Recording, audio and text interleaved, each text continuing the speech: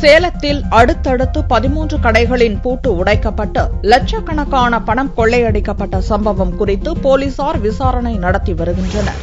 சேலம் மாவட்டம் ஓமலூர் அருகே பெங்களூர் பைபாஸ் சாலையில் ஏராளமான வணிக நிறுவனங்கள் இயங்கி வருகின்றன.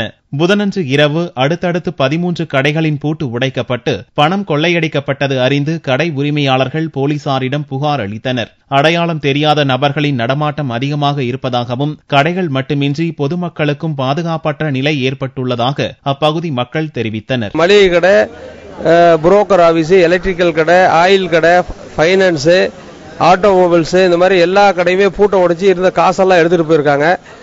இதை காவல்துறை உடனடியாக கண்டுபிடிச்சு கொடுக்கும்படி கேட்டுக்கொள்கிறோம். அதாவது எந்த கடையில பணம் இருக்குன்னு தெரியுதோ அந்த கடை மட்டும் தான் உடைச்சிருக்காங்க ஒழிய பக்கத்தில் இருக்க குடோனோ இல்ல இன்ஜினியரிங் ஒர்க்ஸ் எதுவும் கிடையாதுங்க.